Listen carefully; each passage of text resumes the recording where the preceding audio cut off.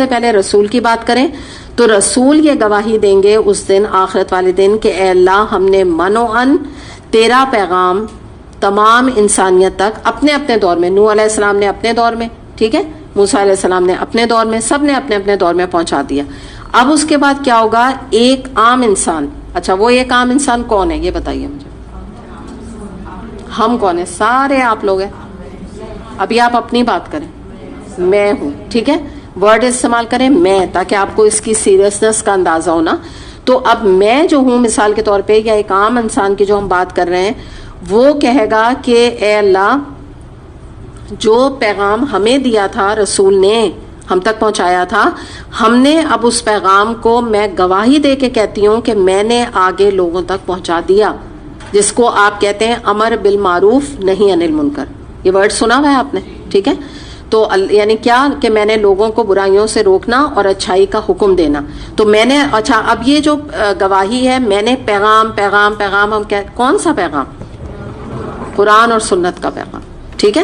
پیغام تو نہیں آپ کہیں گے کون سا پیغام تھا. پیغام یہ کہ قرآن اور سنت کی جو تعلیم تھی مجھے تو پہنچا دی رسول نے، میں نے بھی آگے پہنچائی ہے اللہ تعالیٰ. تو آپ یہ سوچیں کہ ہم میں سے ایچ اینڈ ایوری ون، میں، آپ کہیں میں پوری لائن سے سب کہیں، ہم سب کو یہ گواہی دینی ہر صورت میں. یہ مینڈیٹری ہے یہ گواہی جو ہمیں دینی پڑے گی. اس میں کوئی بھی آگے پیچھے کوئی نہیں کہہ سکتا کہ اللہ تعالیٰ سوری مجھے تو یاد ہی نہیں رہا، سوری مجھے تو قرآن کلاس کے بارے میں پتہ ہی نہیں تھا، سوری میں تو اتنی انوسنٹ تھی، میں بالکل مجھے کسی چیز کے بارے میں کچھ پتہ ہی نہ چل سکا، مجھے یہی نہیں پتا تھا قرآن کورس ہوتے کا ہے. کچھ بھی لیم ایکسکیوزز کام نہیں آنے والی ہے. یہ کام ہم جب مسلمان بن گئے ہمارے اوپر یہ ذمہ داری عائد ہو گئی. اور یہی وہ چین ہے امت وسط، بیچ میں کیوں ہے؟ کیونکہ اس کو ساری دنیا تک، انسانیت تک یہ پیغام پہنچانا ہے. سینٹرل پوائنٹ پر وہ ہے جو اس کے ذریعے سے دین پھیلنا ہے. اب آپ یہاں پہ رک کے، جیسے اگر آپ کو یہ احساس ہونے لگے کہ بھئی میں کیا کر سکتی ہوں، میری تو اتنی استطاعت نہیں، چلو میں نے قرآن کا کورس کر لیا بس میں اتنا ہی کر لوں گی، تو اپنے آپ کو انڈر ایسٹیمیٹ نہ کریں. ایک بات یاد رکھیں، اللہ تعالیٰ بڑا غفور الرحیم ہے نا. اللہ تعالیٰ آپ کی استطاعت کے مطابق آپ سے سوال کرے گا. مراد یہ کہ ہر ایک جو ہے وہ یہ نہیں ہو سکتا کہ وہ ڈائس پہ بیٹھ کے دین کا پیغام آگے پہنچائے، ٹھیک ہے.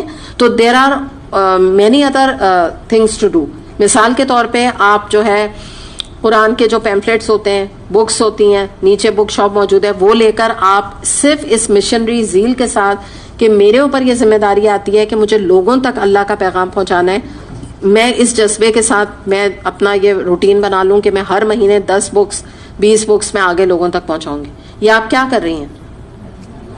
آپ اپنی ذمہ داری ادا کر رہی ہیں الحمدللہ. تو اللہ تعالیٰ سختی نہیں کرتا، اسی لیے میں آپ کو آسان طریقہ یہ بتا رہی ہوں. یہ تھوڑی ہے کہ رسولوں کے لیول پر ہر انسان سے یہ ایکسپیکٹیشن کی جائے گی.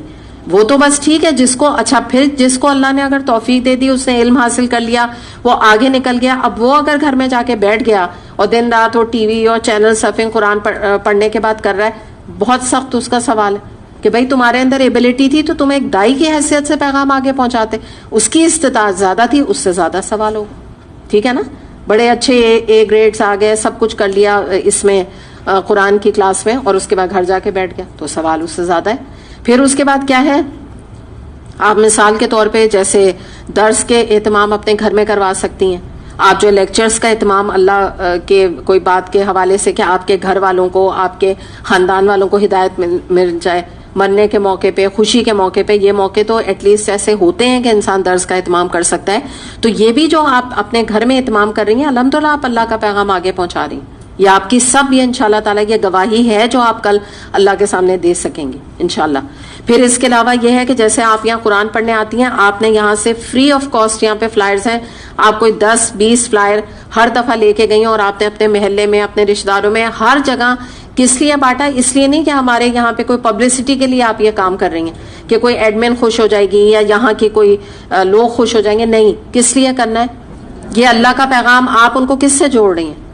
اللہ سے جوڑ رہی ہیں. اور آپ کے ذہن میں کوئی چیز، نیت آپ کے خالص ہونی چاہیے. میں کسی کی رضا کے لیے نہیں کر رہی.